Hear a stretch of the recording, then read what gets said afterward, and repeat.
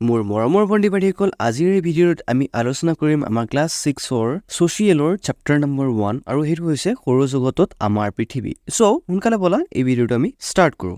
So আমাৰ একৰ ক নম্বৰ প্ৰশ্নটো হৈছে সৌৰজগত বুলিলে কি বুজা? সো ইয়াৰ আনসাৰটো হ'ব সূৰ্যক কেন্দ্ৰ কৰি পৃথিৱী, অন্যান্য গ্ৰহ, উপগ্ৰহৰ উপৰি ধূমকেতু, উল্কা আৰু গ্ৰহাণুপুঞ্জক লৈ সৃষ্টি হোৱা সূৰ্যৰ পৰিয়ালকে সৌৰজগত বোলে। তোমালোকে বুজি পাইছা? এটো মানে কি কৈছে? সূৰ্যক কেন্দ্ৰ কৰি মানে সূৰ্যক মাজত ৰাখি তাৰ চাৰিওফালে কি আছে? পৃথিৱী, অন্যান্য গ্ৰহৰ মাজত কি আছে? বুধ, শুক্ৰ, পৃথিৱী, মংগল, বৃহস্পতি, শনি, ইউৰেনাছ আৰু নেপচুন। সো এইবোৰ হৈছে অন্যান্য গ্ৰহ। সো অন্যান্য গ্ৰহৰ লগতে আৰু কি আছে? উপগ্ৰহও আছে।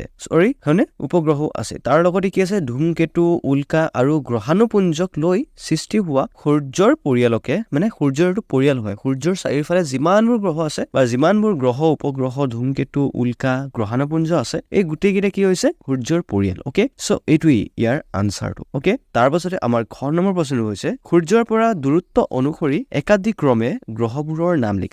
ইয়াত প্ৰশ্নটো তোমালোকে বুজি পাইছা? সূৰ্যৰ পৰা দূৰত্ব অনুসৰি একাদিক্ৰমে মানে এটা এক্সাম্পল লিখিছো, তোমালোকে বুজি লোৱা। এক্সাম্পল উদাহৰণ এটা, একৰ পিছত কি আহে? 2, 2ৰ পিছত আহে 3, 3ৰ পিছত আহে 4, 4ৰ পিছত আহে 5, হয়নে? একৰ পিছত 5 আহে নেকি? নাহে। একৰ পিছত 6 আহে? নাহে। একৰ পিছত কি আহে? 2 আহে। তেনেকৈ সূৰ্যৰ পৰা দূৰত্ব অনুসৰি, মানে সূৰ্যৰ পৰা 1 নম্বৰত কি আহে? 1 নম্বৰত আহে বুধ, 2ণ্ডত আহে শুক্ৰ, সূৰ্যৰ পৰা 3rdত আহে আমাৰ পৃথিৱী, 4ৰ্থত আহে আমাৰ মংগল গ্ৰহ, হয়নে? 5ৰ্থত আহে বৃহস্পতি, তাৰপিছতে আমাৰ 6th নম্বৰত আহে শনি, আৰু 7th নম্বৰত আহে আমাৰ ইউৰেনাছ, আৰু 8th নম্বৰত আহে আমাৰ নেপচুন, হয়নে? এইটো হৈছে একাদিক্ৰমে, মানে একদম একাদিক্ৰমে মানে তোমালোকে বুজি লোৱা চিৰিয়েলি। ওকে, চিৰিয়েলি মানে যাব বস্তুটো। ওকে, দেন তাৰপাছতে আমাৰ গণৰ প্ৰশ্ন হৈছে সূৰ্য কি? সূৰ্যৰ বিষয়ে চমুকৈ লিখা। সো ইয়াৰ আনসাৰটো হ'ব সূৰ্য হ'ল অতি উত্তাপ্ত তৰা বা নক্ষত্ৰ। অতি উত্তাপ্ত মানে কি? অতি উত্তাপ্ত মানে হৈছে বহুত বেছি গৰম।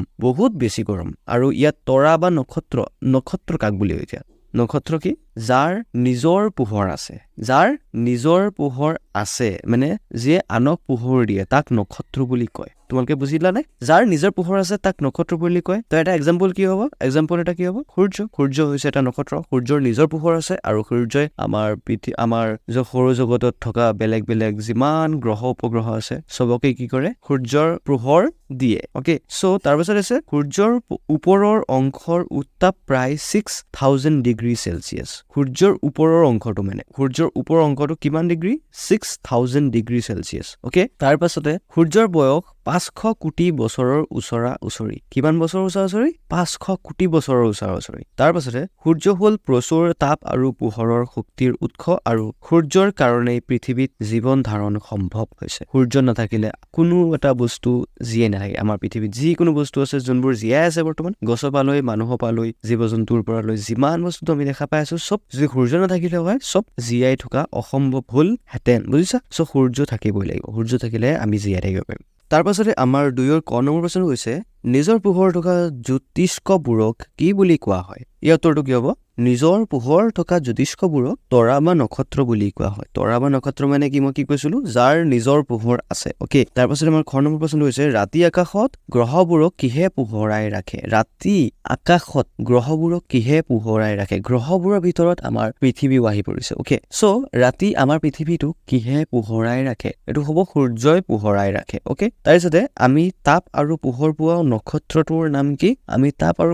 নক্ষত্ৰটোৰ নাম হৈছে সূৰ্যও হৈছে এটা নক্ষত্ৰ, মানে সূৰ্যৰ নিজৰ পোহৰ আছে। ওকে, তাৰ পাছতে আমাৰ ঘ নম্বৰটো হৈছে ৰাতিৰ আকাশত তীব্ৰভাৱে গতি কৰি ধ্বংস হোৱা উজ্জ্বল পিণ্ডবোৰক কি বুলি কোৱা হয়? এইটো কি বুলি কোৱা হয়? উত্তৰটো হ'ব কি? উল্কা পিণ্ড। কি বুলি কোৱা হয়? উল্কা পিণ্ড বুলি কোৱা হয়। মোৰ মৰমৰ বন্ধু-বান্ধৱীসকল, তাৰ পিছতে আমাৰ 3 নম্বৰ প্ৰশ্ন হৈছে পাঠৰ চিত্ৰ 1.3ত থকা সৌৰজগতৰ চিত্ৰখন পৰ্যবেক্ষণ কৰি তলৰ প্ৰশ্নসমূহৰ উত্তৰ লিখা। ওকে, সো আমাৰ ক নম্বৰটো কি হৈছে? আমাৰ ক নম্বৰ প্ৰশ্নটো হৈছে সূৰ্যৰ পৰা আটাইতকৈ দূৰত থকা গ্ৰহটোৰ নাম কি? সূৰ্যৰ পৰা আটাইতকৈ দূৰত থকা গ্ৰহটোৰ নাম হৈছে নেপচুন। আমি আমাৰ পাঠৰ চিত্ৰ 1.3ত আমি এইটো দেখা পাই আছো, আৰু তোমালোকে কিতাপখন ওলাই পেলাই তোমালোকে ধুনীয়াকে চাই লোৱা। ওকে, সো তাৰপিছতে আমাৰ খ নম্বৰটো হৈছে ইউৰেনাছ গ্ৰহটো কোন দুটা গ্ৰহৰ মাজত আছে?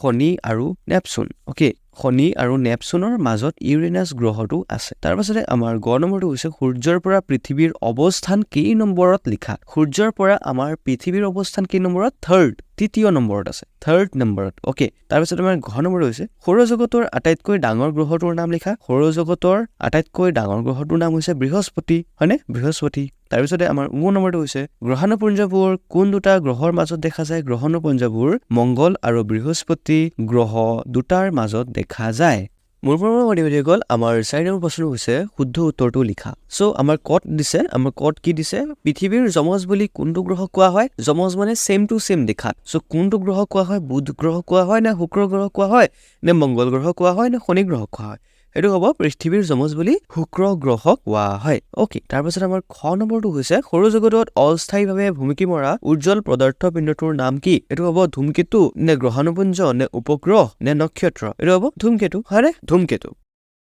মোৰ মৰমৰ ভাইটি ভণ্টিসকল আজিৰ এই ভিডিঅ'টো ইয়াতে সমাপ্ত হৈছে আৰু তোমালোকে যদি ভিডিঅ'টো ভাল পাই থাকা তেনেহলে লাইক শ্বেয়াৰ আৰু সাবস্ক্ৰাইব কৰি দিবা ওকে বাই বাই